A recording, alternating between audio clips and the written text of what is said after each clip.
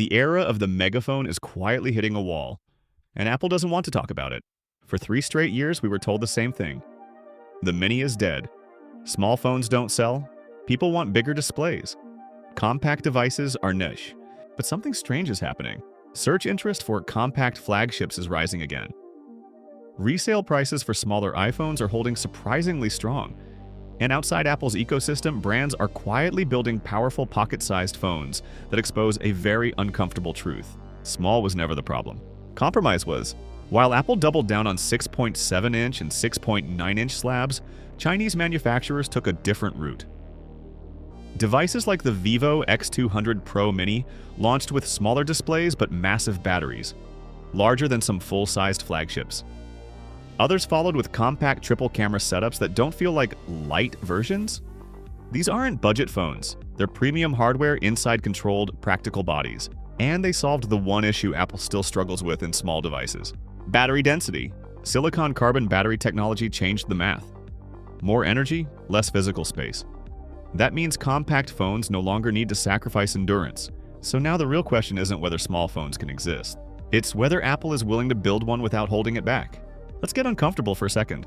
Most people watching this are holding a Pro Max. And most of you don't use half that screen space. No spreadsheets, no multi-window editing, no complex workflows, just scrolling. Yet, we've convinced ourselves that bigger automatically means more advanced. Look at your pinky finger right now. Notice where your phone rests. That pressure point. That awkward stretch to reach the top corner. The 2 hands shuffled just to reply quickly. That's not premium. That's adaptation. Marketing told us larger screens equal productivity. In reality, they increased consumption. More video, more gaming, more time inside apps. And more time inside apps means more services revenue. Now imagine this instead. An iPhone 17 mini built correctly. A 5.4-inch display with full 120 Hz Pro Motion. The latest A-series chip built on advanced efficiency. True all-day battery life, not almost. A dual or even triple flagship camera system with 0 downgrades. Full Apple Intelligence support optimized for fast voice-first interaction under 150 grams, designed for actual one-handed use. That's not nostalgia. That's practical engineering. The iPhone 13 mini didn't fail because people hate small phones. It struggled because it carried compromises, especially in battery life. While the larger models felt safer, the demand didn't disappear. It went underserved. And here's the part nobody says out loud. Bigger screens increase engagement time. Engagement time drives ecosystem revenue. The larger the display, the longer users stay inside apps. The longer they stay, the more the platform earns. A compact flagship disrupts that loop. Because smaller phones are easier to put away. That's why this conversation matters. If Apple launches a fully loaded iPhone 17 mini in 2026, it won't just be another model. It will signal that balance beats success. That ergonomics matter again.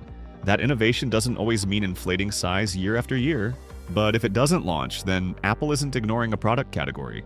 They're protecting a strategy. So let's be honest, if Apple released an iPhone 17 mini with 0 compromises, promotion, flagship cameras, top-tier performance, and real battery life, would you actually switch? Or are we too invested in oversized devices to go back?